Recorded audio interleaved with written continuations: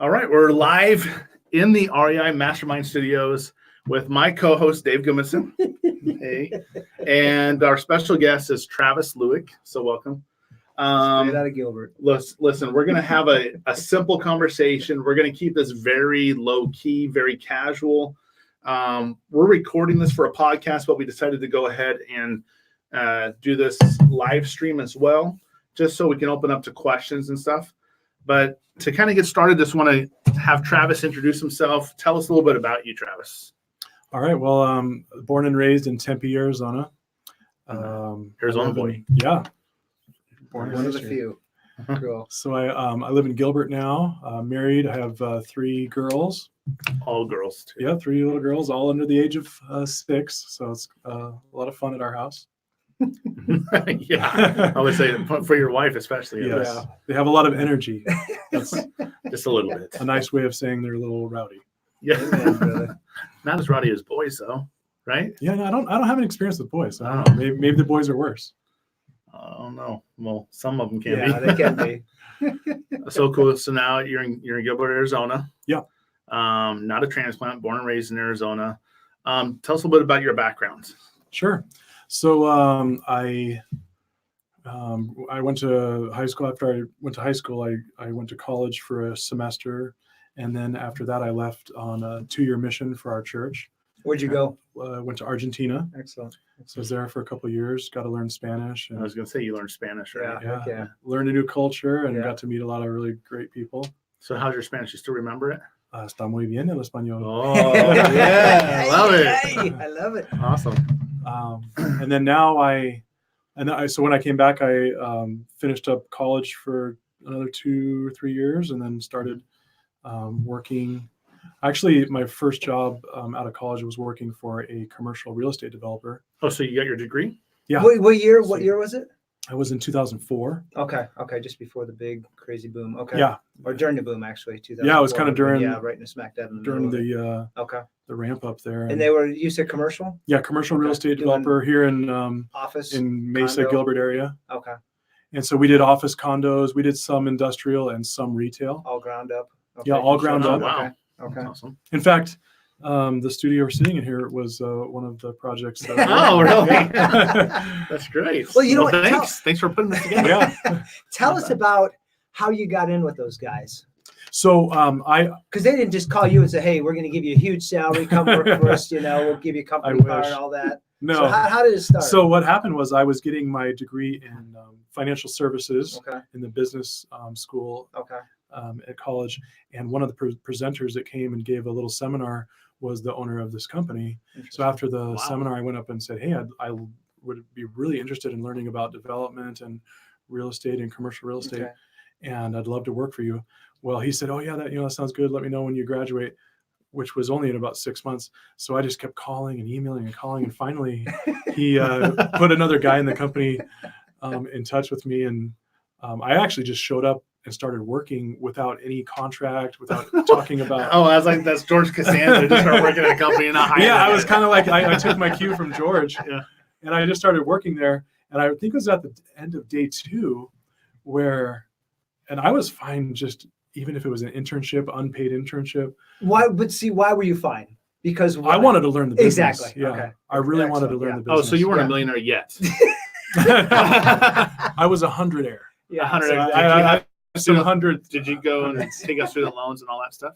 No, I didn't do any student loans. In fact, while I was working, I worked my way through college. I worked at a auto shop. So we changed oil, Okay. tires. Okay. I even would clean cars and things Okay. for. So you learned to work at an early age. Yeah, Okay. yeah. So which I was has been changing essential to your career. changing oil Okay. every day while I was in Wow. college. So, So wait, you work at changing oil through college. Yep. No student loan debt. no student loan debt. So imagine that nowadays. Like, Yeah. how many kids actually graduate college without any student loan debt? Yeah. It's hard. Imagine Yeah. millennials working or what? What working? Yeah. I What? tease it. A job? During school? Well, I will say this. I mean, I'm sure prices of schools have gone up. Oh since yeah, I it's gotten graduated. ridiculous. These poor guys. I mean, And it's you were at way too ASU? expensive. No, I went to BYU. BYU. Okay. Yeah. Okay, so you came home. You I called started this guy- working, yeah, and then okay. after this, I think it was the second day of work. And I wasn't working for the owner. It was a another person in the company, and he said to me, "Hey, I wanted to chat with you about compensation." And I thought, okay, sure. He said, "How does I think it was $11 an hour sound?" And I said, "That sounds great." Yeah. You're And like, he said, "All right, we'll do that." And the question is, could you have got more? Probably. Maybe. But you would have taken the knowledge is the most important Right. thing. Like you. I mean, yeah, I could have worked somewhere else, Yeah. but then I would have been maybe working in something where I wouldn't learn what Yeah. I was passionate about. Because the knowledge is invaluable. Yeah. Okay. So you guys started working there. how much knowledge that you learned from that job would you say helped with the foundation for what you're doing now? Oh, it was big time. Yeah. Because I learned about acquisition of land. I learned about Wow. contracts. I learned about the design, hiring architects, engineers. process with the city. Yeah, the process with the Wow. city, Permits and stuff. utilities, what it takes to bring in sewer, water, power, how to, and then also the construction aspect of it. What, how do you hire a contractor? How do they bid it? Mhm. How are payments made while the project's going? How do you secure financing? Because all these projects were financed through a bank. So I actually learned Commercial financing. Yeah, so I learned how to bring a package to a bank board for their review and approval of the project. And you did all that stuff. You were Yeah. involved with all this stuff. I was That's involved with amazing. it. How Yeah, old that's were amazing. you during this time? I was 23. Wow. Wow. Dang. Yeah. Okay. So I tried to really learn as much as I could there. I worked there for a few years. I went to another commercial real estate company, worked there, doing pretty much the same Okay. thing. And then what eventually happened with that? Because you're obviously not doing Oh it yeah, anymore. that's a good question. So I think it was. Who do you work for now? Well, I don't work for anybody now. Lueck Inc., baby, Lueck Inc. So what happened was, I think it was the middle of 2008, Yeah. or maybe towards the end of 2008. Yeah, probably fall. Our company went under. A And lot of yeah. companies did. Yeah. Yeah, I mean, commercial development Yeah. in 2008 or 2009 was not a good Yeah. business to be in. There was no buyers of commercial properties at that point. Okay, so and what's interesting is too, because a lot of times, I mean, the cycles in these markets can play with you or they can play against you. Right. And the biggest thing I think that hurts a lot of companies is all of a sudden the income faucet gets turned off, Mhm. but they still have all these liabilities, all this Yeah. debt racked Right. up. And without income, how do you pay your liabilities? And then all of a sudden the demand So spigot got did you Oh, the get- demand went to like Yeah, almost nothing. zero. Did you get laid Yeah. off from that job? Yeah, I mean, So you became everybody a did. millionaire then? No. Oh. well, and yeah, Oh, the company, still. the company Okay. went, didn't it go? Oh yeah, it went was under. So done. both companies I work for, the first one and the second one both went out of business. Wow. And you know what? And just to interject, I think there's a time every market kind of is like a season. Waves and cycles, right? And Oh, I yeah. think like now you see a lot of construction going. It's funny, the complex we're at, what you guys developed, 10 years ago, 12 Well, we years only did ago? half of it though. Okay. It was the first Yeah. phase. What happened to the other phase during the Oh, downturn? it's still. I just drove by. It's still dirt. It's still dirt. It's yeah. still dirt. But It this is hasn't- what's They're interesting. actually building now. Oh, are they? What does that Yeah. tell you? Yeah. Isn't that the top yet? All right, start. I know. Moving dirt. I know the people that are building them. But I will say this: having that experience and being laid off and not having a job and not having income was actually a blessing in disguise, because it forced me into what I'm doing now. Yeah. Oh. I didn't have an option. Like all the skills I knew was in construction, development. Which is Of an commercial- yeah. During that time, I mean, there's nothing going on. Yeah, I mean, and so 09, nobody was building. I'm not going to get hired by a home builder because there was nobody building homes. Yeah, I'm they not going to all get hired lost. by A commercial building. building because there's Yeah. nobody building commercial. So I was actually forced to get into real estate investments. And that's the great thing about real estate investments is whether you have a degree or not have a degree. You guys have degrees. I do not have a degree. Yeah. And my degree has nothing to do with what I'm doing now. well, and, so and I guess the economics somewhat, but not Yeah. really for. well, and not only that, though, and I'm not saying you can't learn through education, because I think Right. education is a great thing, whether it's through schools or just go. I think you seminars, learn go to- tenacity Yeah. and finishing what you start, that type of stuff. But I agree. But when you work for yourself, it's not like you're not going to hire yourself because you don't have a degree. Right. And that's Well, where I think the great thing about I think working- you would. It's really hard to ever work for yourself, anyone else but for yourself. Oh, I sometimes, agree. Right.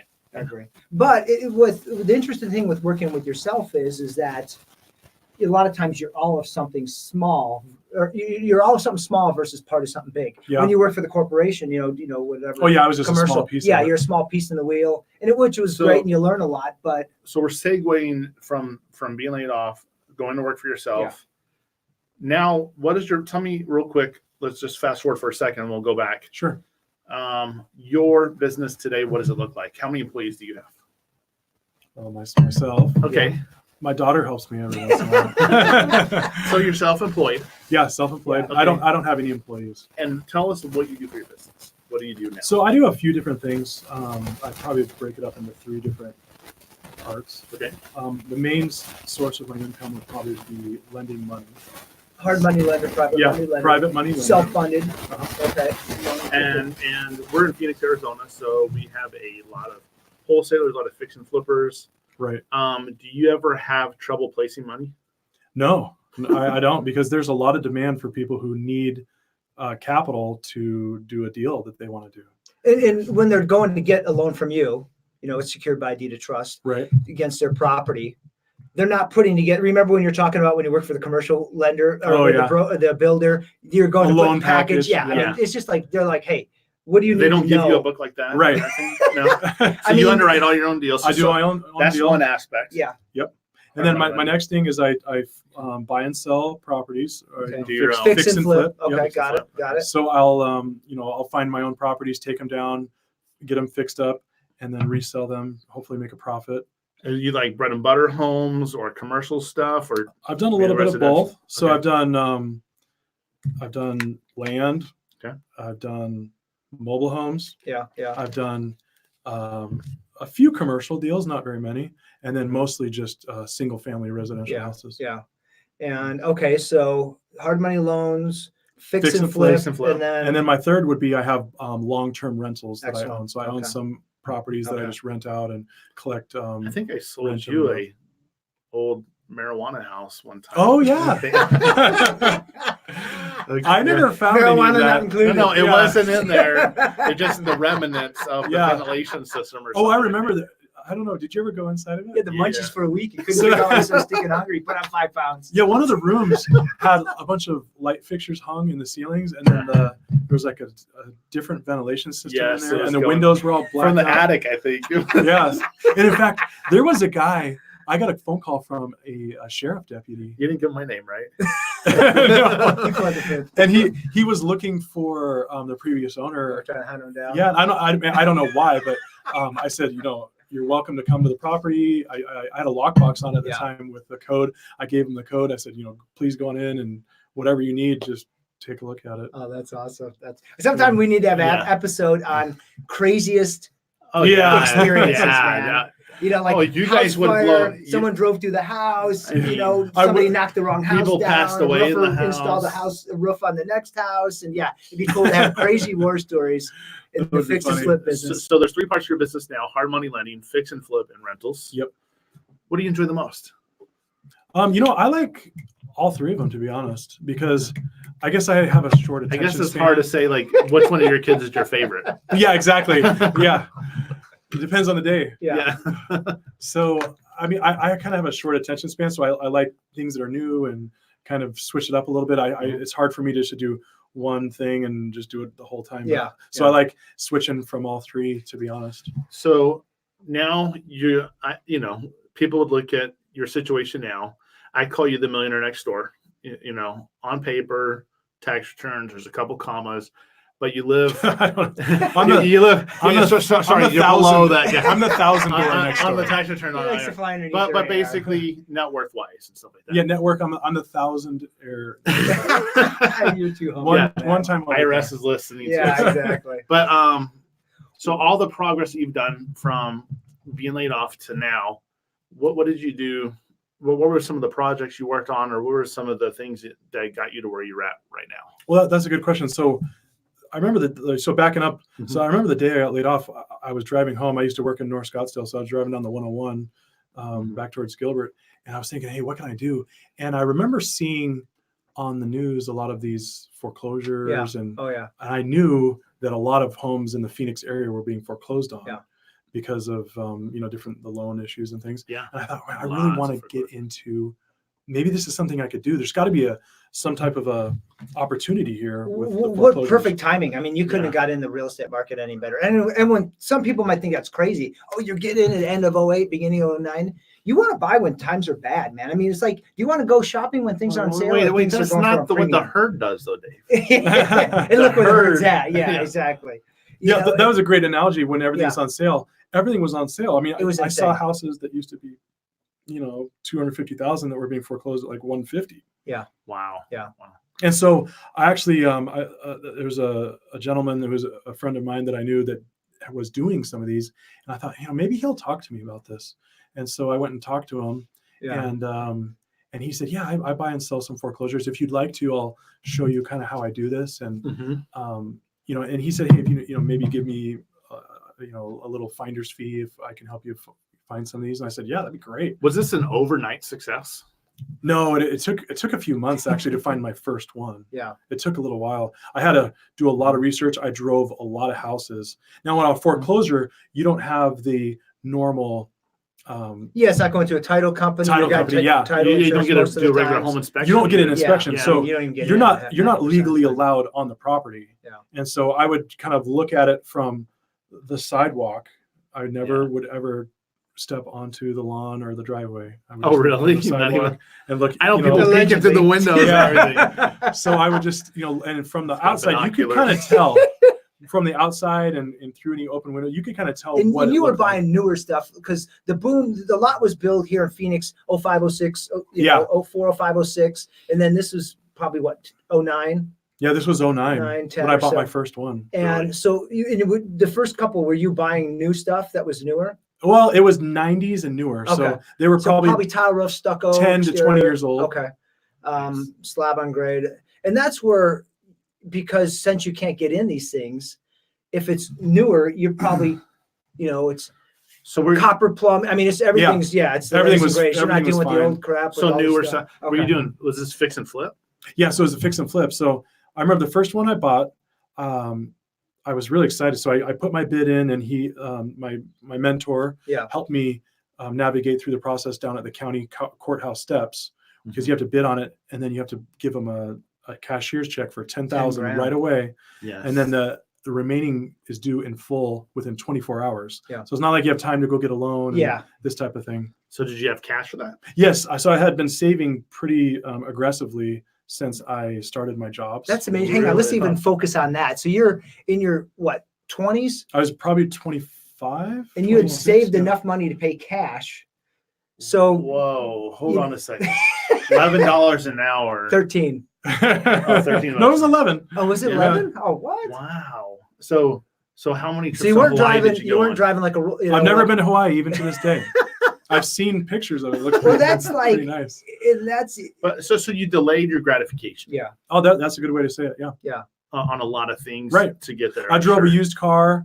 In fact, still do. We tease you all the time about the cars because he actually will flip cars too. Like one time you pulled up in this cargo van. Cargo van.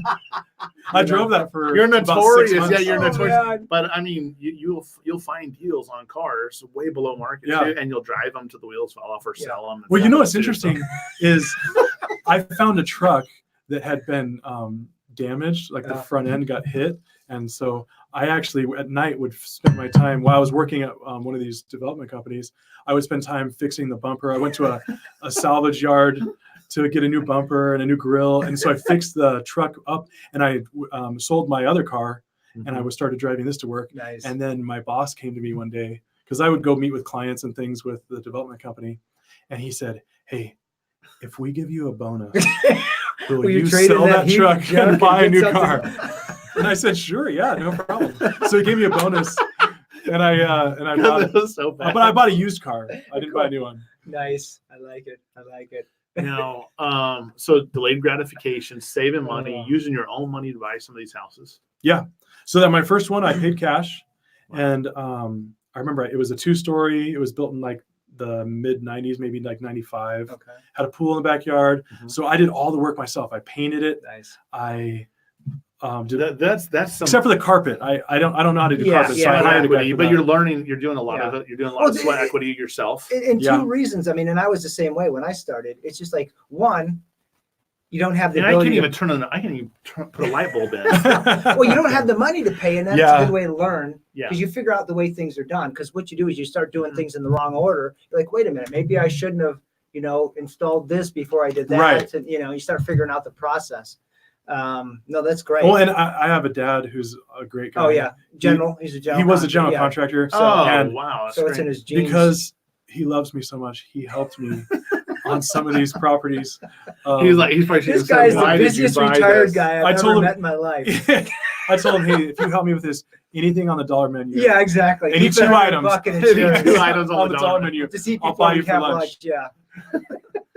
Just don't come hungry. But this is, I think I want to dive in on this for a second, is because I think so many people go into credit card debt. So many people Yeah. go into student loan Yeah. debt. So many people go into debt on their homes and car loans and stuff like that. So how many car loans do you have? Like right now? Yeah. Oh, no car loans. I've never had a Yeah. car loan. Do you carry any credit card debt on No. an ongoing basis? I do How have he a pays couple. it off I have a every couple month. credit cards. Yeah, But but Yeah. you I don't. pay Yeah, I them pay them off every month. So how did you get that discipline? I mean, what? Not everyone is wired the same way. I don't know. I just always had a feeling that I wanted to be secure, and so I realized, when you're in your infancy of your personal economic situation, you don't need all the glitter and fancy this and nice that. You want to have that security, so you delay those things till later. Yeah. Because you think about it, if you have $10,000 now, and then you go out and spend it all, well, then now you don't have $10,000 to invest. Well, But that $10,000 could start growing and making you money. and yeah, exactly. You could take Yes. that $10,000, use it as a down payment, and let's just say you buy a house for $100,000, you put that 10 grand down. If that house goes up, say 5%, which isn't, Yeah. unreasonable, you Oh, made no. 50% return on capital. That's a good point. Versus, Wow. and that doesn't include your principal pay down. Maybe your principal pay down went $2,000 in that. And year. then you, That's may be 20%. going over heads of some people because they may not be catching all this right now. So Spending money on crap is bad. perfect. Buying Yeah. cash producing assets is good. Not cash consuming Yeah, is bad. exactly. Cash producing Exactly. assets, good. Right. Cash consuming assets, Yeah. bad. Bad. So, give me an example of a cash producing asset. So that was a great example. Dave just said, if you buy a house, you could rent it out and now be started making rental income. Yeah. That produces you cash. Okay. If you give someone a loan to do something, like a house. Yep. Now, I'm not suggesting anybody loan anybody money because it could be risky depending on what you're loaning. Yeah, Right. and especially and do friends. not follow. Yeah. We're not giving legal advice, Financial financial advice. advice. Yeah. This is strictly Do my not sue us experience. for Yeah. anything. This is It's all good for personal us. experiences. This is just my experience. I'm not advocating anyone do what I did. Now, okay, so on a cash consuming now. Yeah. Cash producing. producing and cash consuming. Give me an example of cash consuming. So consuming would be like a big screen TV or something, where you now you're Yeah. making payments to the Rent-A-Center. Oh, the Rent-A-Center. Yeah. Oh, Well, that yeah. TV goes up in value, right? No, a fancy So it car, goes down. Oh, to man, value. yeah. or not. I'm not even saying a fancy car, but even just like, hey, I want to go buy a new car at a dealership. That's gonna drop Yeah, in once value. you drive it off the lot. And this is the thing too, is I think the reality is if you break things down in just complete simple terms, Right. we need a roof over our head. Uh-huh. We need an automobile that's reliable, and we need clothes that fit, right? Yeah. Oh, and and food. And food. Yeah. But what I'm saying though is we don't need a 10,000 square foot roof over our head. Right. We don't need, whatever. A fancy Yeah. luxury car. Yeah. And But it's you like, can grow into that. yeah, you can if grow. you- Yeah. It's like you get to a point where you can afford it. You write a check and you make one payment, not 72. Yeah, that's it. And there's Yeah. I think that a lot But of see, this is something that I want everyone to understand this. These are a couple of my personal mentors. These are the guys have beat me up, have literally rode me to like a racehorse. Like Seabiscuit. Yeah. And have drilled it into my head. Get out of debt. Stay out of debt. Yeah. Pay your bills ahead. These are the principles that they've taught me where like even if maybe it's a small amount, maybe get a small amount of money coming in and I'll pay a house payment a couple months out. Because you're trying to buy time. Because You're trying to buy a you guys cushion. have taught me that. Because you don't want this debt is like this thing hanging over your head, It's like and a it guillotine ready to fall. Yeah, anytime. absolutely. And there'll be a time where, So the market's not going to keep going up and up and up. And yeah, it's just like, there'll be a time where, remember when things dry up, it's just like right now, you can always tell where the market's at. Is money tight or loose? Man, money's loose. You know what I mean? And rates are low. Yeah. So you're paying a premium on that stuff. Now, let me ask you a phrase, and I want to see what it means to you. All right. And you can translate it. Big hat, no cattle. Well, that I think What's happens. the Spanish translation of that? I want to hear it. Okay, el sombrero grande, no vacas. Hold on, sombrero grande, no vaca. No vacas. Okay, here's the problema with that. Okay, let's hear so what happens is you try to portray an image of what you want people to see you as. And so you have a nice car, nice watch. Big hat with rhinestones on that Yeah, sucker. you go on a great vacation and post pictures of you and your friends or family online, so that, hey, wow, that guy's really doing great. Yeah. Well, and then you just spent all of your Meanwhile, money. what's he got in his backyard?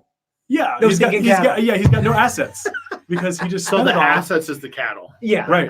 So you may have like a nice fancy hat, like a real cowboy and Yeah. stuff, but the reality is you have no cattle. Yeah. You drive in a herd. fancy, you got a Benz, you got a, you're living at the house at the top of the hill. What's You're the going to balance? Hawaii. Because Then there is balance. That's Yeah. true. Yeah. You don't want to just sit there and starve to death. Yeah. So go ahead and treat yourself from time to time and do some nice things, but keep in mind that you don't want to ruin your financial stability. how did you treat yourself? How did you splurge as you're saving this money? I mean, I would probably, maybe take a trip snow skiing or something. It's a few $100s. Yeah. We're not talking about anything fancy.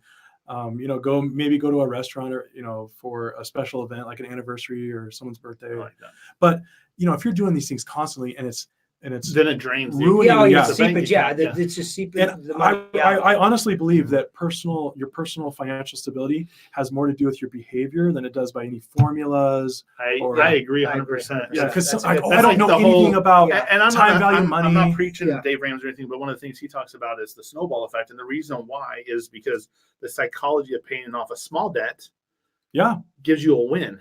And then you go, it has nothing to do with the interest rates Yeah. and stuff like that. Financially, it doesn't make sense if there's a higher interest rate with the bigger debt and stuff like that. He does a snowball effect because it's psychological. Yeah. You're creating your, You pound one down, you pound the Yes. second one down, you just keep cranking these things and down. then all of a sudden You get the now you wins. are living below your means. Now instead of debt, you have savings. exactly. Some people, I think it's a real, I don't know what the statistic is. The amount of people that actually have savings for more than 3 months. Oh, in the 3 United months, States. 3 days. I Most mean, people are living paycheck to paycheck. right? I had one where the tenant called, hey, my car broke and I had to put in a new something or other. I'm going to be $300 short. I said, well, just dig it out of your savings. They literally started laughing. He laughed at you. My kids, they're, Yeah. they have savings. What's the oldest? How old's It's the oldest? 14 going 15 here in this Yeah. month. And then my son just turned 13 like yesterday. And then my daughter just turned 10 like 3 weeks What, ago. you get They all slave have- labor? How are they? Even they got birthday money for Yeah. Christmas. They did let's just say they get like $50. Uh-huh. They take out $5 for tithing, give it, and then they sit and I'll say, hey, you can maybe spend $5. The other 40, man, it's going in the bank for your future.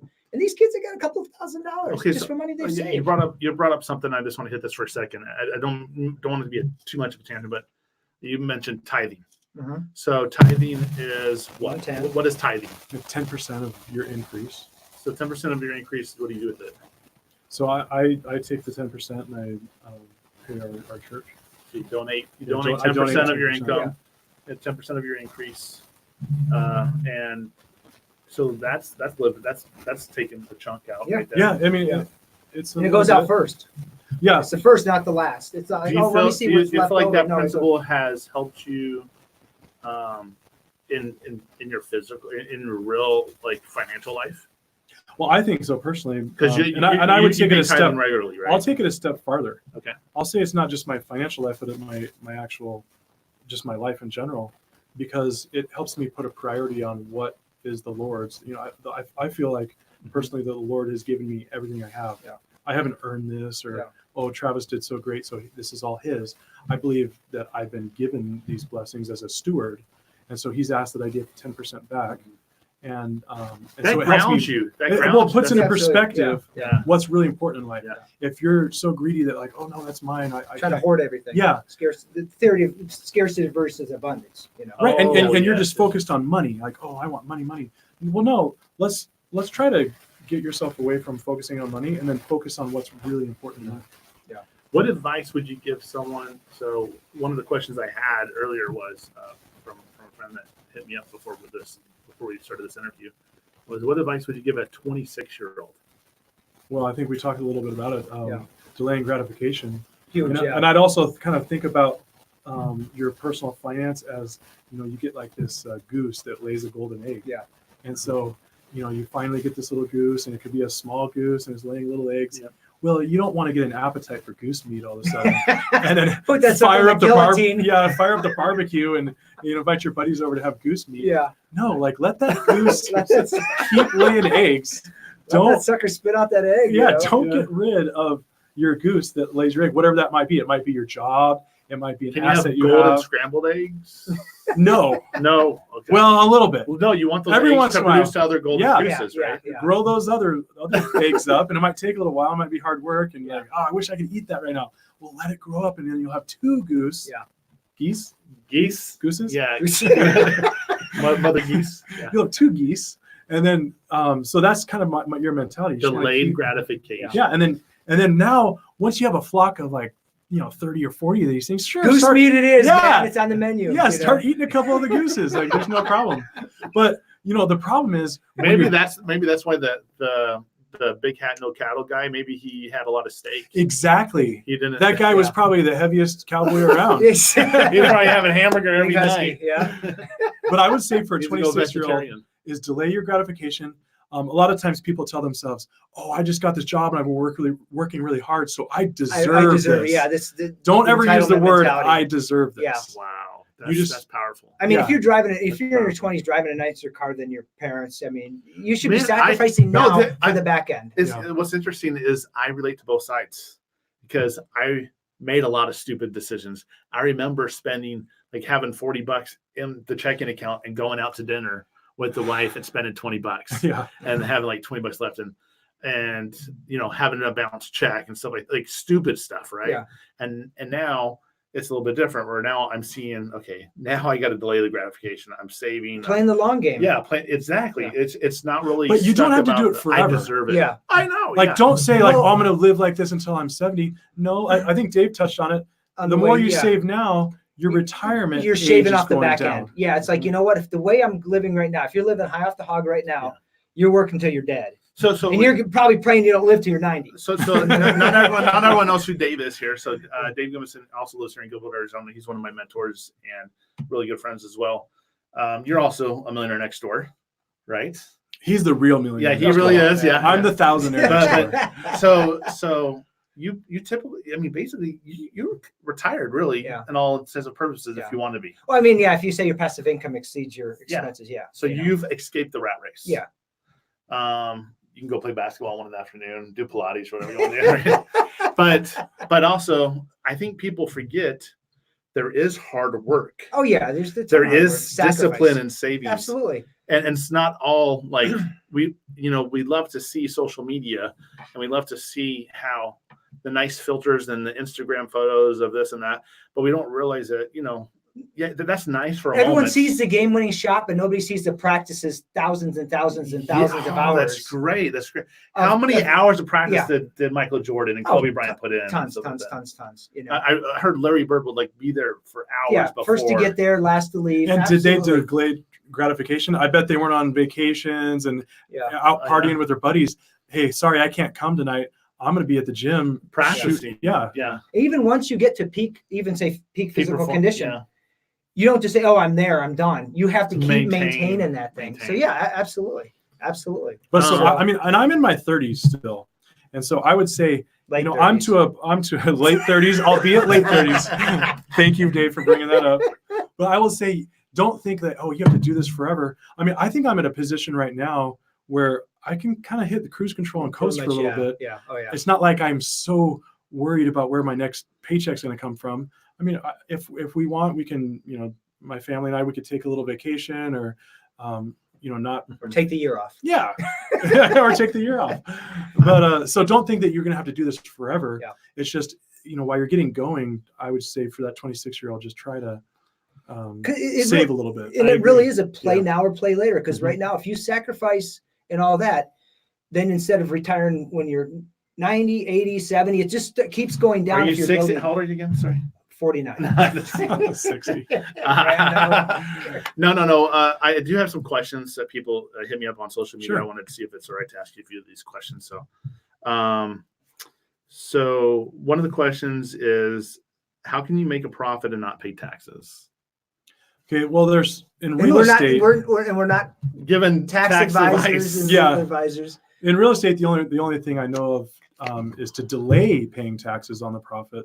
I don't know of any way to Well, make you'd a buy profit it, you not- fix it up, you refinance it. Any debt occurred is not taxable. Yeah. Check with your accountant and all that stuff. Yeah. But yeah, let's just say you buy a house that's worth, you buy it for 50, it's worth 100. You fix it up, you pull Mhm. out 70, you recoup your 50 plus rehab, and then whatever above that. Taxes is part of the game, though. Yeah, you're going to have to pay taxes, but don't be afraid to pay taxes. Yeah. One of That my- means you're making money. One of my mentors told me that once. He said, "I love paying Never mind. taxes because that way I know that now that money's mine. After I pay the taxes, now the money that I paid it on is mine. Absolutely. And so you get to keep that, and then now you can use that to make more money. So don't be so afraid about the taxes as you are about just making the profit."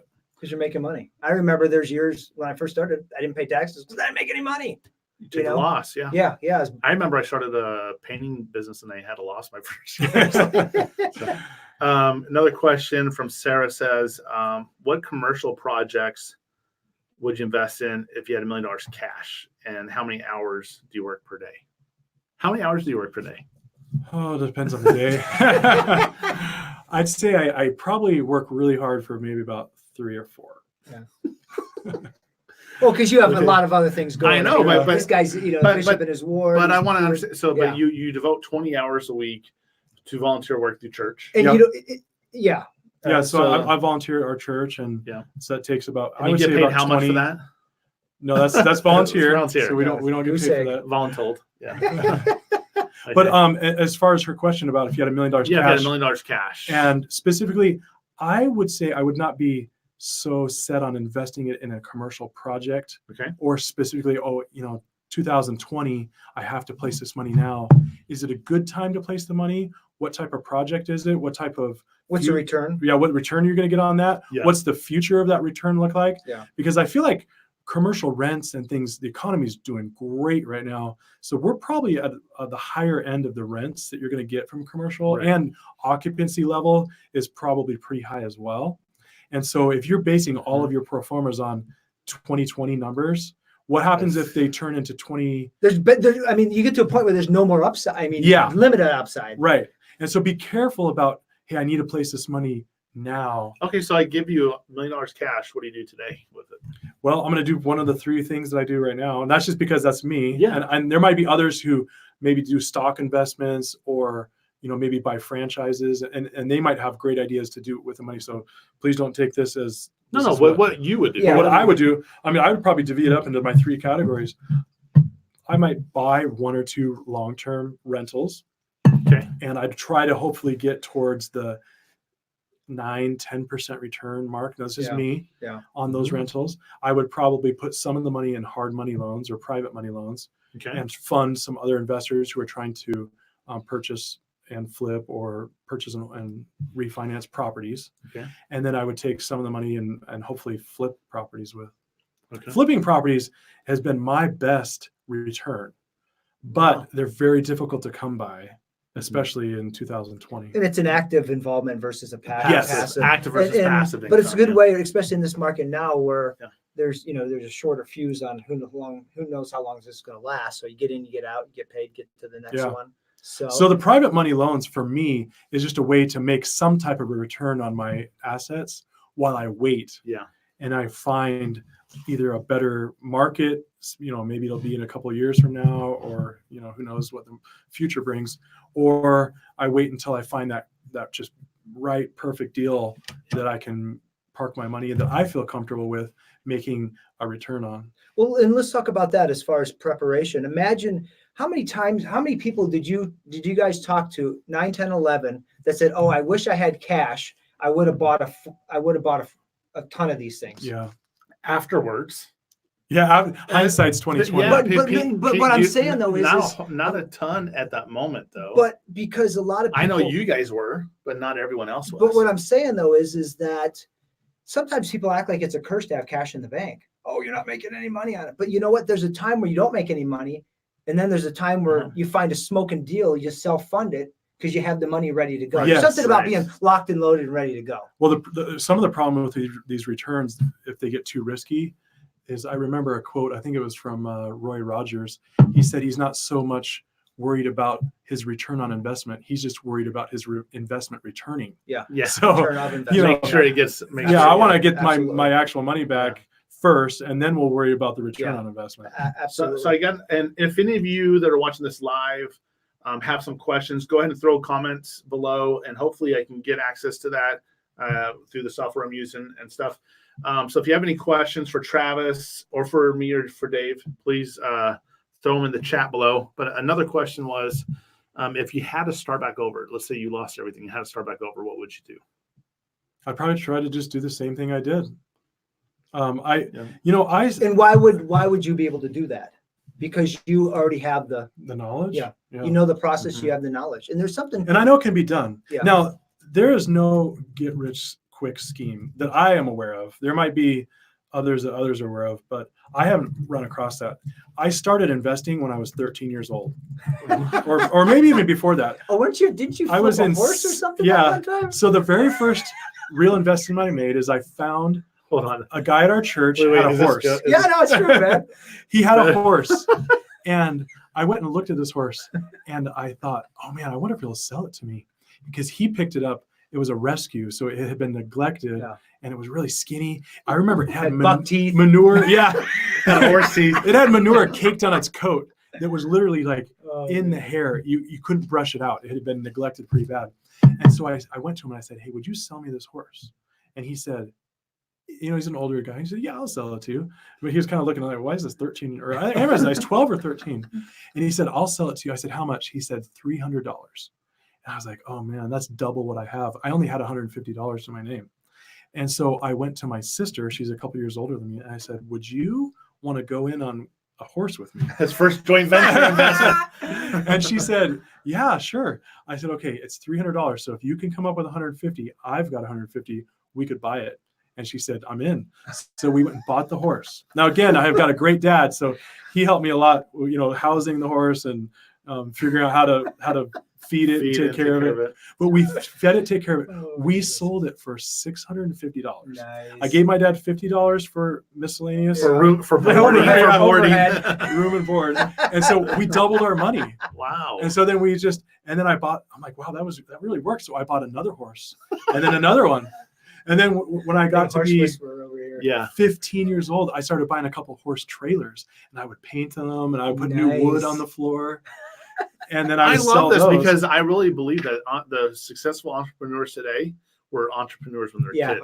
So I love hearing this stuff. Well, and then before I even got my driver's license, I bought my first car. Nice. And the reason I did this, I went to my dad when I was like 15 and a half, and I said, "Hey, Dad, can I have a car when I turn 16? And he said, "Yeah, son." And I thought, "Oh, great." I was like, "Thank you so much." He said, "Oh, no, why don't you save your money and buy your own?" I said, "Well, hold on a second." I was meaning you would buy me a car. Your wallet's like, I know.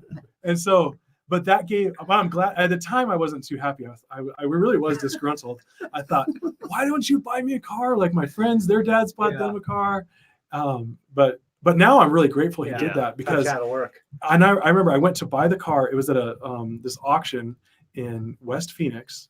I had a friend of mine haul me over there, and I was sitting in the guy's office. I remember it like it was yesterday, and I was sitting across the table from him, and he said, "How old are you?"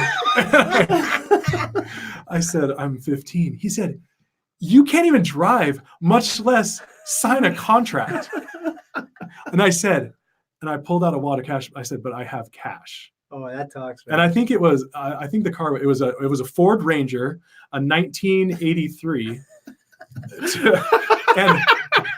and I said, "I got $1,200 cash, and I could buy this car from you right now." He said, what's going to keep you from coming back on this contract with me? Because you could come back in here with like a word or something, and I could be in big trouble. I said, I promise you, I'll give you my word. I will not come back here. I will give you the $1,200 if you give me the truck. He said, That's fine. awesome. So he gave me the truck. Wow. And my buddy drove me there. So I had to drive it all the way back on the I-10 in Phoenix Without a license. And my parents, when I got home, were like, what did you do? You didn't even tell them, huh? No, I didn't tell them. They were a little surprised I did it. So I got another question from a Facebook user here. Have you made any mistakes in investing, and can you share what you learned from it? Yeah. Okay. I haven't made. That's funny because I don't think I've made one mistake. No, of course I make mistakes all the time. Even now. Talk about the one. No, we want to know about a big mistake. Okay. You let him choose. Okay. I know what you're thinking. Okay. There's a few mistakes we've all made. We all have made mistakes. So I mean, I don't think that you can make investments without making mistakes. There's just no way. So just try your best to mitigate those mistakes. Yes. Either by learning through others or learning from your past mistakes. And that's so why we bounce stuff off each other all the time. Here's my biggest mistake that I've made that I can think about in investing was a few years ago, I made a private money loan to an individual who wanted to fix and flip a property that was outside of the Phoenix metro area. Okay. And so I said, hey, do you have a photo or two you can send me? Because I didn't want to drive over there and look at it. How far away was it? It was probably about 3 hours away. And you normally just loan local? Yeah, I just do usually local here. Okay. Maricopa County, Pinal County. But I did not go look at it. I just looked at he sent me like 2 or 3 photos. And I said, photoshopped. Yeah, they were probably photoshopped. And I said, okay, you put $25,000 down. I think I did the loan for $125. He bought it for $150. And so I said, okay, I'll do $125. You put $25 down, and then I'll do the loan. I felt like, hey, $25,000 is good enough where I'm protected in case there's damage that I didn't know about. Well, there was a lot of damage in this house. The house was completely trashed. It was a shell. Yeah, it was a shell. Yeah. I mean, there had been vandals who had stolen the copper wiring, the copper pipes for plumbing. The roof was shot. There was no air conditioning unit. The roof was shot? Yeah. I mean, everything was. Dave saw it. And so I ended up losing about $35,000 to $40,000 on that. I had to take the property back. The guy walked on me. I had a personal guarantee on him. But when he stopped making his payments, I said, hey, I've got a personal guarantee. So, you have to pay me back, even if this house gets foreclosed on, just to make me whole. And he said, I'd like to see you have that hold up in court. Yeah. And I thought, oh no, that's not a good sign. Yeah. So personal guarantees are probably worth the same toilet paper they're written on. Yeah. It's just the integrity of the person you loan to. Buyer, I love what you always say. A good borrower could make a bad loan good, and a bad borrower could make a good loan bad. Yeah. Because it could be a garbage loan. The guy's upside down, but if he's a good guy, he's going to make it right. Integrity. Cut a check and be done. So I haven't heard from this person. He's almost a year. Yeah. And they're never going to pay me back. So it's kind of stinky. It really is hard because you're like, oh, and I realized it was my mistake. I should have went and looked at the house. I should have vetted the borrower better. I should have done a credit check to see, hey, is this person good at paying back their bills? Yeah. I should find out, hey, what kind of experience do you have? Do you own any properties? Especially out of the area. Now that you've experienced that, how has that changed your lending guidelines? Oh, big time. So now every time someone asks me for a loan, I give them a loan application where they now have to fill in information about them, how much assets they have, how much they have in their bank account, social security number, so I can run a credit check. And I want to find out, do you even own the home you live in? Because this person I lent he does. You can't, because he's not collectible. He rents his, leases his Maserati and rents a house in Scottsdale. Right. And good luck. So there's no way to collect on someone that doesn't own anything. Big hat, no cattle. Yeah, that's big hat, no cattle.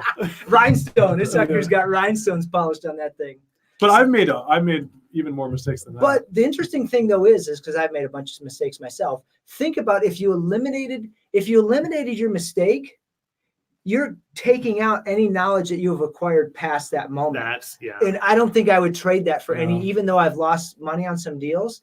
I wouldn't take away those mistakes because I would be eliminating that experience and knowledge And see, and the ability to figure out how to plow through it. And what I wish I would do is just not make the mistakes and then go learn from Dave's mistakes. Right. Well, and then get his knowledge from those problems. Well, I think that's why we hang around with Dave, because we're to find out, how did this go wrong for you before? For every mistake he makes about 100 good choices. So he's 99 to 1. And now think about it, even if you're a pro baseball player, I mean, if you're an all-star, you're hitting what, 300? 1 out of 3? Yeah. So you're striking out. Yeah, two-thirds of the time. So, and it's obviously it's better odds with us. I mean, if we went, you don't have to, like as Warren Buffett says, you don't have to swing at every pitch in investments. Yeah. In baseball, you only get 3 strikes, but in investments, you can watch a ton of them go by before you take a swing you feel comfortable with. So what advice would you have for some?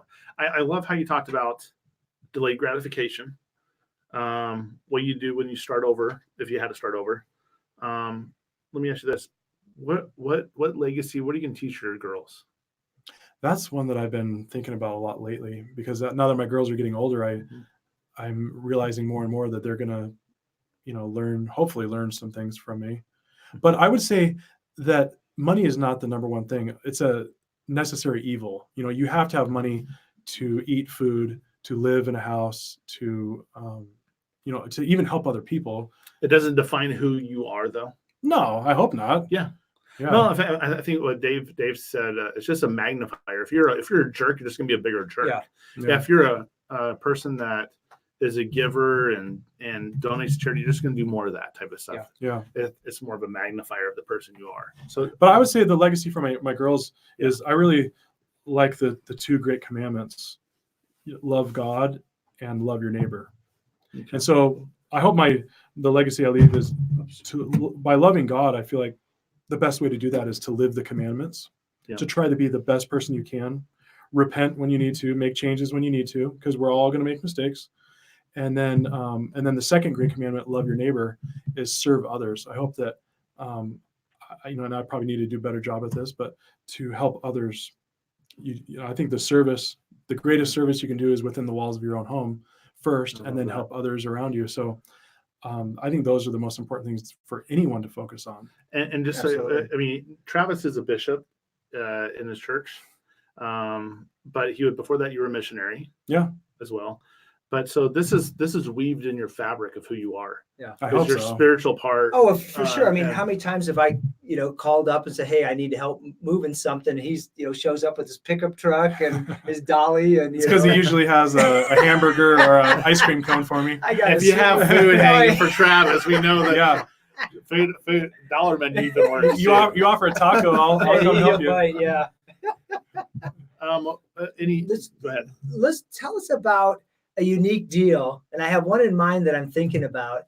The Maricopa Mobile on Acreage. Oh yeah. Tell us about that one. So here's solving problems. Yeah, this one is a very unique deal. Here's a unique one. So in fact, this is one that Dave and I partnered on. So we found a lady who wanted to sell her property. It was a mobile home. 2 acres. On 2 acres. Yeah. Kind of out in the country, I would say. It was on a dirt road. And there was a shared well with. You said mobile home, and Dave's all about it, right? Yeah, Dave loves mobile homes. Hey. But so there was 5 homes on the one shared well. Oh wow! So in the country, you don't. If those who don't know, I mean, you don't have city water. Right. Yeah. You have a well that's several hundred feet, 300, 500, 700 feet down. And then there's a holding tank and, kind of. Yeah. And then everybody can connect into that well, and then they share the cost of the maintenance and everything. Yeah. There's no city water out in these rural areas. So it's a shared well. Yeah. And so she had actually sold her property on what was that? It was a kind of a note. So before that, her son lived there, remember? Oh, yeah. And her son lived there, and he was a very difficult. I never met him, but he made everyone so mad on that shared well that he wouldn't pay for the water. He wouldn't pay for any of the maintenance. And we're talking like $40 or $50. I don't even think it was. I mean, it'd be about the comparable to a city water bill. 20, 50 and so he's like, I'm not paying my share. I get this water without having to help pay for any of the maintenance. And so they actually cut him off. They poured like cement. Cuba or Venezuela or something. They shut off the valve inside of his box because Yeah. every house had a valve, and then they cemented the box so that you could never turn that valve back on again. Oh, wow. Yeah, and so they cut him off, and they said, "You're no longer a part of this well." And he said, "That's fine." And he kind of, I think he let his temper overtake his good judgment, because then he set up a hauled water tank where he would pay someone to come and bring water to his house. He had a big absurd. water tank and then a pump going into his house. So he, And I'm sure that was cheaper than paying Oh, no. $20 a month. it It's cost, $20 a month. Yeah. it probably cost him $5,000 for that. And he should have just paid the $40 a month Yeah, for the complete shared miracle. well. Jeez. So okay, so they were kicked off the water, and if you're going to sell these things, Oh, financing. You can't get financing you for can't it. get Oh, financing that's if right. you have hauled That's right, water. yeah. So no one who needed a loan could buy, and most people need a loan to buy. You need a property. shared well agreement. So I used to be an underwriter for Wells Fargo. Yeah. Oh, that's So right. you yeah. need a shared well agreement, right? Yeah. So and then she sold the thing. What did she do? She sold it to some guy. Yeah, she sold it to a guy, and they didn't do an actual go through a title company. They just wrote it like on No, a not piece like of a paper napkin, man. and said, A "Hey, piece of after you paper. make me these payments, I think it was like 30, contract for deed or 30 something. grand or something. Yeah. Then after you make all the the $30,000 payments to me, then I'll sign over the deed to you to the property." Well, he stopped paying her because of some disagreement, and she was really upset with him. They weren't Obviously. even talking. I don't Yeah, think. they were really upset with each other. And so she, I think, was realizing, hey, I kind of have this out here, so I can't sell it. Yeah. Because I already sold it. Yeah. I have a She had legal contract. title. He had equitable title. It was a mess. Oh, wow. It was a mess. And then he was really nervous because, hey, well, no, he was playing off like he had it. He didn't want to give it up. But I know he was nervous. Oh, yeah. Because he'd already made like $10,000 or $15,000 worth of payments. But yeah. realizing, hey, if she passes away or something happens, I'll never get the deed on this thing. And she was having some major health issues. Yeah, she wasn't a spring chicken. Yeah. And so we made a deal and said, listen, we'll buy this from you. We said this to the owner, the woman, and we gave her, I can't remember, X dollars above what she'd already sold it to him for. And then we went to him and said, hey, we'll pay you back everything that you've paid her so that you're made whole. Yeah. And he was really like, he snapped at that. He jumped at that right when we, sucker. he snatched that deal right like away. Two suckers coming from the city. Two city slickers. Yeah, two city slickers. So we had to have him sign off on the thing. Yeah. And so once we paid him, and then we went through a title company, bought it from her. She was happy. She got a lot more money than she was even getting with him. Mm-hmm. And then we were even so generous that we actually went and fixed her front door where she was living because her door was broken and wouldn't work. So then we put a new door in for her. And everything. And that's what's cool is a lot of times everyone's always in it for what's in it for me kind of thing. And what's amazing is you do certain simple acts of service, for lack of a better word. You solved a little problem. Yeah. Solving problems, little problems. Yeah, absolutely. She was, you sent the guy there to go fix her door. So she got a new door. Yeah. So I want to know numbers now. Tell me numbers. Well, so then here's the big problem though. Okay. You can't finance a mobile who's on hauled water. Yeah. So we paid cash for it, but our exit buyer was going to have to get financed. Yeah, you have to get a loan on this thing. And it needed a lot of work. Yeah. And so I went and I met with one of the neighbors was kind of the manager of the well. Yeah, she did not want to talk to me. That house has been disconnected. We're never going to let you back on that. And we were kind of a little nervous because we had to have that water in order to sell the property. Yeah. So I just kept talking to her, kind of kill her with kindness kind of thing, and wore her down. Yeah, and she finally we had a meeting and said, hey, we'd really, we'd just like to catch up on all payments. We said we'd even give them a bonus. Yeah, we'll grand pay or two or whatever. a few $1,000s just so you can have in reserve in case you need money down the road. You don't have to up the assessment every month for all the other neighbors. And so she did it. We finally got it. And she didn't even want the bonus of that. So she just wanted to know that she was right, that other bum was wrong. Yeah. But you weren't the same person. So no, different. Yeah. So we got it hooked back up. They took out the box where it had been cemented in and put in a new box with a new valve. And we got hooked back on the water. This was probably 3 months after we bought it. And during this time, we had been rehabbing the house. Okay. So we probably dumped, I don't know, 30. Let me see if I can find the numbers on this. Yeah, maybe Dave can find them. I we remember. dumped quite a bit into it. Yeah. It was, so how much did you buy it for? Or I guess, what's your total investment roughly, ballpark? Okay, I think we were into it for 40. That's including the well. And then we put about 20. Yeah, Well, no, that's just the initial purchase price. And then we had to put about 25 or 30 into it. So we were What about paying the guy on the contract for deed? Well, that was part of the we already 40. paid him off. That was Yeah. part of the 40. Got it. Okay. Yeah, I'm trying to find it. So we paid him and paid her. And then we put about 25 or 30 into it. I Yeah, wanna say. yeah. And so we had at that time maybe 65, 70 into it. Wow. And then I know we what did we made, sell it I think, for? I think we made like 60 something on it. Yeah. So we sold it for like I'm one. mobile home, but we bought for We sold it 40. for like 145, I think. Wow. So we probably made Wow. after closing costs and different things. But there's a lot of We stuff made you had to do. 63.8 on it. But you had to work. 63. You had to do Yeah, a lot of different 63.8. things on that. And we went under contract 3 times, and the buyers Oh. kept falling out of escrow. It took us a long time, probably 7 or 8 months to sell that thing. Yeah, it's like, good grief, man. And this is before it was, hot market or whatever. Yeah. But Yeah. yeah. And I think the trick is be patient. You were super patient. I'm like, you need to go deal with that lady because I'll snap if she I starts know. barking at me. Yeah, Dave sent me. You got I to know, tapped you got out to of know that your one, man. strengths and your weaknesses, heck right? yeah, man. I remember said, going to her door this guy wondering showered her with if kindness. she was gonna like shoot me or something. But once I sat down with her on her front patio and talked to her for like an hour Yeah. and just chit chatted. And Did we you did- bring your daughter over there? Yeah, one I brought time my too? daughter, Yeah, and yeah. we just soften kind them of up. became friends. Like, hey, Yeah. I'm a normal person. I'm not Yeah. trying to do anything. I'm just, in fact, this would probably help you guys to Yeah. have one more person paying in on your well. Yeah.